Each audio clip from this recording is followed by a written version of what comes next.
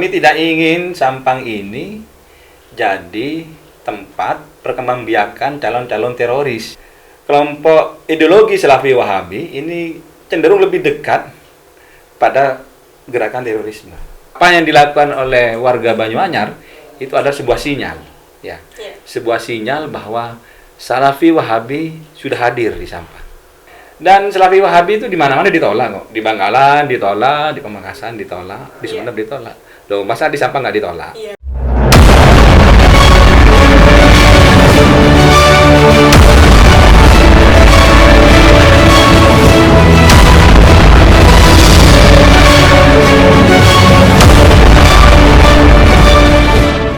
Assalamualaikum warahmatullahi wabarakatuh. Salam sejahtera bagi kita semua. Kembali lagi bersama kami di podcast Madura Indep.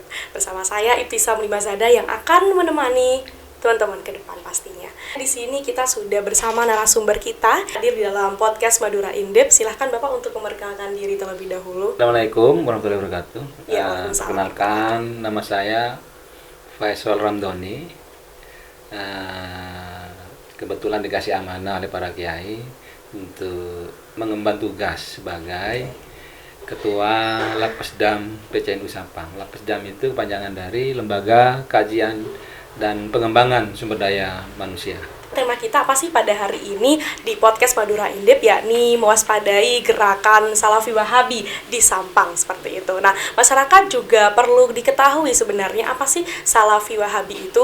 Namun kita langsung saja beralih kepada narasumber kita pada kali ini yang pastinya akan menjelaskan terlebih dahulu Salafi Wahabi itu. Silakan Bapak. Tema hari ini cukup menarik ya. Karena dalam 3 hari terakhir ini publik Sampang lagi perhatian pada pasca keluarnya spanduk penolakan dari Forum Warga Banyuanyar, penolakan pembangunan markas Salafi Wahabi. Nah, itu jadi perhatian beberapa kalangan dan makanya apa yang kita perbincangkan hari ini juga cukup menarik dan hangat. Dan bicara Salafi Wahabi juga cukup menarik karena kelompok ini sebenarnya sudah ada di dunia ini sejak abad 18. Dan itu didirikan oleh seorang teolog Islam yang bernama Muhammad bin Abdul Wahab. Kelompok ini mengajarkan atau menyebarkan dengan sebuah slogan pemurnian kembali ajaran Islam untuk kembali ke Al-Quran dan hadis, dan itu cukup harga mati gitu. Karena slogannya gitu, maka kelompok ini juga melakukan gerakan anti bid'ah, anti syirik, anti hurafat, dan sejak awal pendirian Salafi Wahabi ini mendapat banyak tentangan dari banyak kalangan, bahkan sebagian ulama mengatakan bahwa ini sekte, bukan sebuah gerakan keagamaan, karena ajarannya yang cenderung mengajarkan sebuah kekerasan, mengkafirkan orang, walau sesama Muslim gitu, sesama Islam dikafirkan kalau memang tidak sesuai dengan ajarannya. Bagi NU, respon terhadap keberadaan Salafi Wahabi ini sudah dari dulu. Jadi sudah dari dulu ya. Dari dulu NU merespon ini. Jadi sebelum NU didirikan, NU itu kan berdiri di tahun 1926. Sebelum itu kiai-kiai kita, para ulama Indonesia itu memperhatikan bahwa di Arab Saudi itu ada kelompok yang menamakan dirinya sebagai kelompok Wahabi yang ingin memurnikan yang kata kelompok ini ingin memurnikan ajaran Islam itu untuk kembali ke Al-Quran dan hadis, sehingga sesuatu yang bersifat musyrik, bid'ah dan diberangus. Contohnya rumah Nabi dibongkar, sejarah situs-situs Islam peninggalan Nabi mau dirobohkan dan sebagainya, dan pingin kemudian satu madhab Wahabi, dan itu ditentang oleh kelompok kiai yang ada di Indonesia yang saat itu di bawah komando Kiai Haji Wahab Hasbullah, yang kemudian menamakan dirinya sebagai Komite Hijaz, dan para kiai berangkat ke Arab Saudi untuk memprotes bahwa kelompok ini sangat berbahaya dan ajaran untuk satu madhab, dan bahwa mengatakan apa yang dilakukan oleh kiai-kiai di Indonesia itu sebagai syirik, bid'ah dan khurafah itu tidak benar. Alhamdulillah berhasil. Nah, Komite Hijaz inilah yang di tahun berdiri di 1924-25 ya, yang kemudian menjadi cikal bakal tahun 1926 kemudian berdirinya NU. Jadi di NU itu gen penolakan terhadap Salafi Wahabi sudah ada ya, karena memang bahkan sedalam historisnya kelompok ini sempat membunuh banyak ulama di Arab Saudi, melakukan kekerasan-kekerasan, dan itu yang menjadi keresahan kami terutama bagi NU, bahwa kehadiran kelompok Salafi Wahabi ini sangat perlu diwaspadai dan cukup berbahaya. Karena kan disinyalir juga perlu diketahui ya masyarakat bahwasannya sudah ada spanduk Pak ya penolakan gerakan Salafi Wahabi. Nah, bagaimana sih Pak model pergerakan dari Salafi Wahabi sehingga juga pada dari dulu ya sebenarnya PCN ini sudah ada untuk penolakan atau gerakan penolakan mewaspadai, namun mengapa masih ada? Gini, ajaran Salafi Wahabi itu ada 4 doktrin ya. 4 doktrin yang coba ditanamkan pada pengikutnya, pada kadernya. Satu, mengkafirkan orang. Jadi ketika ada kelompok atau orang walaupun sesama Islam yang tidak sesuai dengan ajarannya, yang tidak sesuai dengan apa yang mereka yakini, dituduh kafir. Ketika suka mengkafir-kafirkan orang, itu pasti akan memecah belah kan? Memecah belah, dan pecah belah ini yang menyebabkan banyak terjadi konflik-konflik horizontal, baik di Timur Tengah seperti di Suriah, di Nigeria, di Somalia, maupun juga di Indonesia di Poso dan Ambon itu adalah hasil doktrin dari Salafi Wahabi. Karena ketika mengkafirkan orang akan muncul suka mengkafir-kafirkan orang padahal belum kafir gitu. Itu kemudian akan menimbulkan intoleransi. Intoleransi itu kemudian tumbuh menjadi kelompok radikal. Ketika sudah radikal maka sangat dekat dengan terorisme. Itu yang pertama doktrin mereka. Terus yang kedua doktrin yang mereka ajarkan itu adalah membid'ahkan sesuatu yang di luar ajaran Rasulullah, kata mereka. Contohnya Pak? Contohnya seperti tahlil ya. Di NU itu kan ada tahlil. Ada tahlil 40 hari, ada Maulid Nabi dan sama mereka dibid'ahkan. Karena itu tidak ada di Rasulullah.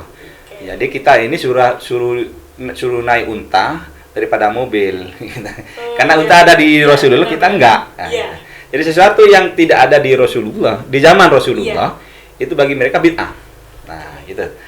Nah, ini juga cukup bahaya, padahal kiai-kiai NU itu adalah yang tahlil, Maulid Nabi, dan supaya perayaan Nabi bagi mereka bid'ah. Nah, ini doktrin yang kedua yang mereka ajarkan. Kemudian yang ketiga, memusyrikan, ya kan? Memusyrikan, misal kita ke makam, ziarah, bagi orang itu kan ziarah kubur. Nah, ziarah kubur itu untuk menyambung doa. Bagi mereka, bagi kelompok Salafi Wahabi ini musyrik, gitu, karena dianggap menyembah kuburan.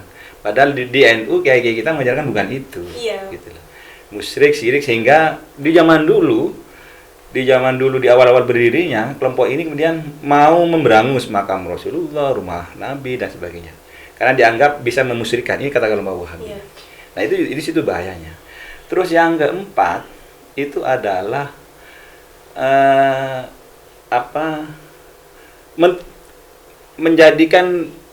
meruntuhkan kepercayaan, ya, meruntuhkan kepercayaan. Misalnya di Madura ini sangat dikenal sebagai warga yang sangat patron clean ya, patronnya kiai, cleannya kita itu. Sangat takdim pada kiai. Nah, kelompok Wahabi itu kemudian bagaimana menjelek-jelekan kiai, wibawa kiai, karisma kiai itu dihancurkan. Jadi mau dipisah. Gitu. Padahal falsafah Madura itu bapak bubu guru rato. Yeah. Jadi guru itu menjadi sebuah falsafah yang dipegang oleh Madura sehingga orang Madura sangat takdim olehnya. Dan kelompok Wahabi, tokoh ulama yang tidak bukan yang bukan dari golongan mereka wajib dibully gitu, dibully. Ini doktrin mereka. Nah, doktrin ini, keempat doktrin ini kemudian mereka disebarkan oleh kelompok Wahabi dengan berbagai macam media. Nah, caranya seperti Caranya mendirikan majelis kajian. salah satunya. Satu, mendirikan pesantren. Iya. Mendirikan, termasuk juga mendirikan rumah tahfiz. Ya, itu hanya kedok sebenarnya. Ya, kedok bagi kelompok Salafi Wahabi untuk menyebar luaskan ajarannya. Untuk menanamkan doktrin itu kepada generasi-generasi yang ada di Indonesia, wabil khusus di Sampang. Iya. Hanya kedok. Rumah tahfidz itu bedanya dengan yang dimiliki oleh NU atau oleh berbagai yang lain yang selama ini concern di hafalan Quran. Yeah. Rumah tahfidz itu tanpa sanad mereka dirikan. Dan para generasi yang orang-orang yang anak-anak kita yang ngaji di rumah tahfidz atau menghafalkan Quran itu hanya disuruh hanya ngafalin. Gitu hanya. Bedanya dengan tahfidz yang ada di pesantren, selain diajarkan ngafalkan, para santri juga diajari cara tafsir, tajwidnya, sanadnya juga. Dan mereka punya sanad. Nah, inilah bedanya. Jadi rumah tahfidz itu yang didirikan oleh kelompok Salafi Wahabi hanya untuk menghafalkan Quran. Tapi disinilah kemudian bahayanya, akhirnya anak-anak yang belajar atau generasi milenial yang belajar menghafalkan Quran hanya mengetahui mengartikan Al-Quran secara tekstual. Nah, ketika tekstual ini kemudian mereka mengartikan apa yang ada di terjemahan itu sudah. Namun Bapak, cara meminimalisirnya juga Bapak. Namun kan meskipun sudah dijelaskan tadi ya kepada masyarakat, sebenarnya berkedoknya banyak, salah satunya kajian dan yang lain-lain. Nah, untuk pada masyarakat sebagai orang tua, anaknya kan akan disekolahkan pada madrasah dan yang lain-lain juga tahfidz tadinya gitu ya. Nah, bagaimana kita juga bisa mengurangi pengaruh tersebut? Karena kan juga orang tua perlu diberikan edukasi dan ilmu dari gerakan Salafi Wahabi. Data dari Badan Nasional Penanggulangan Terorisme Indonesia, itu 80% generasi milenial kita hampir terpapar oleh ideologi Salafi Wahabi ini, hampir terpapar oleh radikalisme ini. Mereka yang berusia antara 17 sampai 24 tahun. Itu hasil riset dari BNPT ya. Karena apa? Karena hari ini yang kita hadapi adalah sebuah tantangan, ya adalah informasi teknologi. Ini tantangan terberat. Dan kelompok Salafi Wahabi itu sangat peka terhadap dan sangat piawai dalam menggunakan sosial media ini sebagai medan dakwah, medan untuk mereka menyebarkan, medan bagi mereka untuk doktrinnya.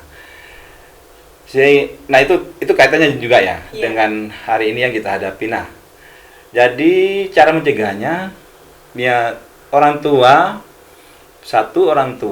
harus benar-benar misalnya mau mendidik anaknya agar hafalan Quran, harus benar-benar jeli dan benar-benar hati-hati untuk memilih tempat, mau pesantren atau mau rumah tahfidz yang bukan kelompok Salafi Wahabi.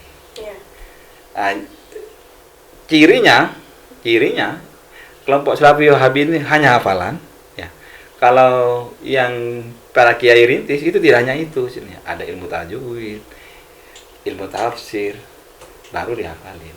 Nah, dan ada ritual khusus kan. di pesantren-pesantren itu untuk menghafal ada ritual khusus, doa, wirid, ijazah dan sebagainya. Itu. Nah, jadi salah satu cirinya salah satu untuk cirinya masyarakat bisa itu. tahu. Nah, sekarang masyarakat Pak yang sudah menjaga itu ya, mengurangi itu dan juga mempelajari ciri-cirinya. Nah, namun dari PCNU sendiri bagaimana juga untuk mengurangi ancaman tersebut? Karena sudah diceritakan tadi juga diskusi pada kali ini sudah lama sebenarnya mendirikan ataupun mengurangi gerakan dari Salafi Wahabi. Kami tidak akan pernah lelah untuk bersama Banum NU maupun lembaga NU bersama kiai-kiai untuk memberikan pencerahan kepada masyarakat akan bahaya Salafi Wahabi. Nah, untuk itu kami mengapresiasi ya apa yang dilakukan oleh, jika itu benar bahwa di salah satu kelurahan itu mau ditengarai, mau dibangun markas Salafi Wahabi dan warganya menolak. Nah, kami menyambut positif itu jika itu benar, karena kami tidak ingin Sampang ini jadi tempat perkembangbiakan calon-calon teroris di Indonesia. Karena lagi-lagi berdasarkan data yang ada di BNPT, kebanyakan teroris yang sudah ditangkap oleh Densus 88 anti teror polisi itu adalah Islam yang bermadhab Salafi Wahabi. Jadi kita kembalikan. Nah, ini bahayanya, lihat. Ini bahayanya bahwa kelompok ideologi Salafi Wahabi ini cenderung lebih dekat pada gerakan terorisme. Nah, ini menjadi perhatian bagi para orang tua, bagi generasi muda agar hati-hati terhadap upaya-upaya rekrutmen kader-kader calon teroris itu dengan berbagai cara. Nah, tadi juga sudah dijelaskan Pak ya, bahwasanya sudah 80% dari pihak mana yang sudah menjelaskan? Badan Nasional Penanggulangan Terorisme Indonesia. Ya, BNPT ya, yang mana sudah terpapar sebenarnya di Indonesia. Namun kalau sudah diminimalisir Pak, maupun dari ancaman dari Salafi Wahabi atau gerakan Salafi Wahabi ini, apakah ada lagi yang perlu dilakukan? Jadi bukan hanya untuk mengingat atau pencerahan saja. Memang dari Labkesdam atau PCNU Sampang ini tidak ada kata lelah ya untuk memberantas atau mewaspadai gerakan itu. Nah, maka dari itu apa saja Pak yang bisa dilakukan sejauh ini? Ya kita harus banyak memperkenalkan kepada masyarakat tentang ajaran Islam yang moderat ya, yang Islam yang rahmatan lil alamin. Banyak kita mengajarkan atau juga memberikan contoh bahwa kita harus jauh-jauh menjauhi benar cara-cara berislam dengan kekerasan gitu. Seperti apa yang pernah diteladani oleh para wali songo kan. Wali songo itu mereka berdakwah dengan lemah lembut, dengan santun dan tidak pernah mengkafir-kafirkan masyarakat Indonesia pada saat itu. Padahal saat Wali Songo ini masuk, masyarakat Indonesia masih Hindu-Buddha. Tapi mereka mampu melakukan dakwah-dakwah secara lembut, tanpa kekerasan, tanpa makan korban, dengan caranya. Misal ya, kita mengenal gerbek sekaten di Jogja itu kan, itu merupakan proses adaptasi, proses bagaimana para sunan itu berdakwah sehingga sampai hari ini sebagian besar masyarakat Indonesia menjadi Islam itu peran Wali Songo yang dakwahnya, cara menyebarkannya itu tanpa kekerasan. Namun Bapak bagaimana juga pro kontra antara masyarakat dan ulama untuk menghadapi ini? Kalau saya sudah tidak ada pro kontra ya, saya kontra terhadap Salafi Wahabi. Baik. Gitu. Jadi kalau untuk masyarakat dan ulamanya?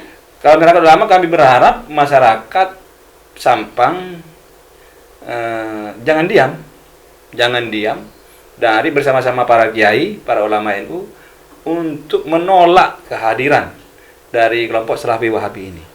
Karena mau langsung mau tidak langsung, mau disadari atau tidak, nantinya kalau kelompok Salafi Wahabi ini diterima di Sampang, maka ini akan menjadi pintu masuk produksi calon-calon terorisme begitu. Dan masyarakat Sampang kemudian akan didoktrin Iya. untuk pecah belah. Ini bahayanya. Maka dari itu Pak, apakah cukup untuk pemasakan spanduk saja ataupun memang ada cara lain pastinya untuk dapatnya mengetahui terpaparnya Salafi Wahabi ini di Sampang? Kami saat ini lagi mengembangkan kerja bersama-sama ya dengan aparat keamanan, aparat pemerintah untuk dalam sebuah tekad mewaspadai betul hadirnya kelompok Salafi Wahabi ini di Sampang. Ya alhamdulillah kemarin kami diberikan bagi kami di NU apa yang dilakukan oleh warga Banyuanyar itu adalah sebuah sinyal ya. Yeah. Sebuah sinyal bahwa Salafi Wahabi sudah hadir di Sampang gitu. Dan kami berterima kasih kepada warga Banyuanyar walaupun hanya sekedar spanduk, tapi ini adalah sebuah sinyal bahwa kami dari NU tidak akan tinggal diam. Bahwa kami dari NU akan benar-benar mewaspadai bahwa Salafi Wahabi ini ternyata benar-benar hadir di Sampang. Dan Salafi Wahabi itu di mana-mana ditolak kok. Di Bangkalan ditolak, di Pamekasan ditolak, di Sumeneb ditolak. Loh, masa di Sampang nggak ditolak? Iya, gitu. benar-benar. Jadi harus sama ya. Sama. Benar-benar apalagi visi dan misinya untuk dapatnya mengurangi terorisme dan radikalisme di apalagi Sampang. NU itu kan lahir di Madura. Iya. Syekh Holil itu kan salah satu pendiri yang memberi wangsit hasil istikharahnya memberi wangsit bahwa akan berdiri NU. Gitu. Dari itu harus lebih kuat, lebih strong. Iya, siap. Untuk menolak Salafi Wahabi. Nah, namun Bapak dan salah satu sasaran sebenarnya dari Salafi Wahabi ini apa? Atau pada siapa, ideologinya siapa? Saya melihat sasarannya ya dari data BNPT itu bahwa kelompok ada generasi di usia 17 sampai 24 tahun yang kita sebut sebagai generasi milenial ini menjadi sasaran empuk. Karena generasi di umur itu adalah generasi yang masih cakap bersosial media gitu. Benar. Dan mereka berada di perkotaan dan mereka juga pengetahuan keagamannya cukup minim. Iya, benar. Nah, itu yang menjadi sasaran Salafi Wahabi. Dan mereka kemudian kelompok Salafi Wahabi ini melancarkan doktrinnya, menyebarkan ajarannya lewat sosial media itu.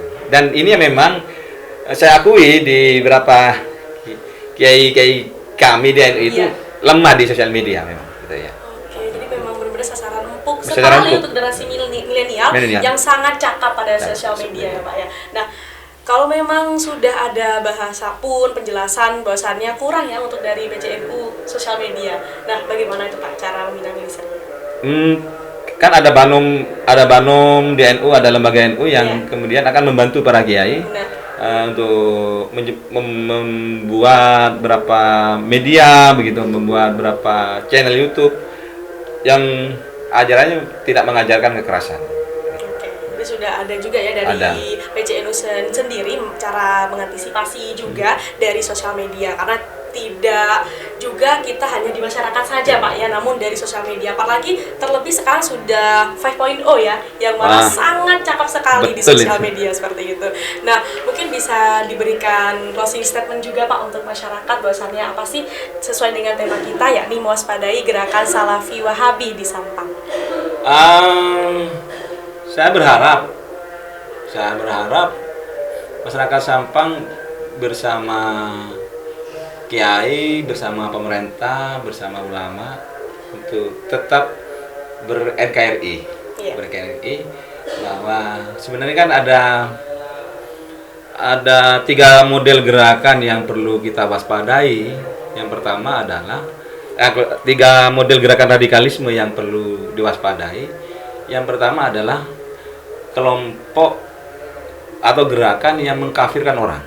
Ini radikalisme dalam keyakinan.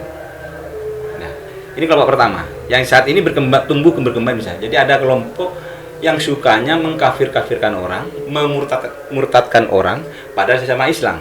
Ini perlu diwaspadai. Ini adalah kelompok radikalisme dalam keyakinan. Yang kedua adalah kelompok yang ingin mengubah dasar negara, bentuk NKRI dengan khilafah dan sebagainya. Ini adalah kelompok radikalisme dalam politik. Yang kelompok yang ketiga yang perlu kita waspadai adalah kelompok yang ajarannya cukup keras, mengkafirkan juga sampai membunuh orang, seperti ISIS dan sebagainya. Itu kelompok-kelompok jihad itu perlu diwaspadai. Dan kalau perlu kita tolak. Ini adalah kelompok yang radikalisme dalam tindakan. Jadi ada 3 kelompok tadi. Dalam radikalisme dalam keyakinan, radikalisme dalam tindakan, dan radikal dalam politik.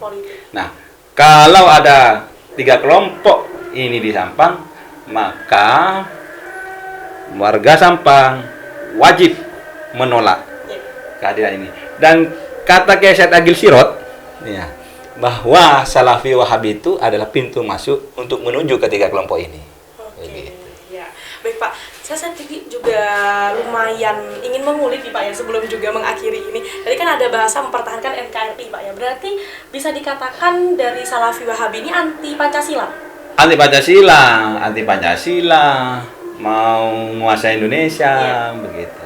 Ingin mengubah haluan kita. Bahkan tidak hanya itu, yang lebih bahaya ini justru akan terjadi bunuh-membunuh. Kalau tidak sesuai dengan apa yang mereka yakini, tidak sesuai dengan ajaran kelompok Salafi Wahabi, ini pasti diberangus. Dan itu terbukti kan? Itu sejarah. Itu tercatat dalam sejarah bahwa ada tragedi berdarah di Timur Tengah yang dilakukan oleh kelompok Salafi Wahabi. Dan itu jangan sampai terjadi di Indonesia, wabil khusus di Sampang. Gitu. Benar. Jadi memang bisa diambil kesimpulan ya teman-teman, dan poin penting yang sudah disampaikan tadinya yakni bagaimana radikalisme pada kepercayaan, yang kedua ada radikalisme terhadap tindakan, dan yang ketiga yakni radikalisme terhadap politik ya Pak ya. Yang pastinya ketiga ini yang harus benar-benar kita waspadai dan jangan sampai bukan hanya mengurangi namun ditolak seperti itu Pak ya dari gerakan Salafi Wahabi. Nah, mungkin itu saja yang dapat kita sampaikan. Saya bilang bentar. Jadi masyarakat Madura ini kembalilah ke gennya gitu. Karena ketika dulu kan orang tanya ke Madura, agamamu apa? Agamaku NU gitu. Dan jadi kembali ke situ aja. Kembali pada falsafah Madura, Bapak Guru Rato. Jadi ikut kiai, jangan ikut Mbah Google. Karena banyak sekarang ya Pak. Ikuti falsafah Maduranya Bapak Guru Rato. Jadi guru itu ya kiai. Jadi kalau mau belajar agama, mau belajar hafal Quran, pergilah ke kiai. Jangan pergi ke Google, karena itu akan menjadi pemaknaan dan pemahaman agama yang cukup sempit, dan ketika sempit mereka menjadi pemahaman agama yang sangat tekstual dan kaku dan keras. Gitu. Jadi mungkin itu yang bisa disampaikan ya Pak ya, dan perlu diingat juga yakni bukan hanya simbolis maupun dari mungkin bisa dikatakan nil-nil nih Bapak. Nah, mungkin memang sudah cukup Bapak dari Bapak sendiri ya.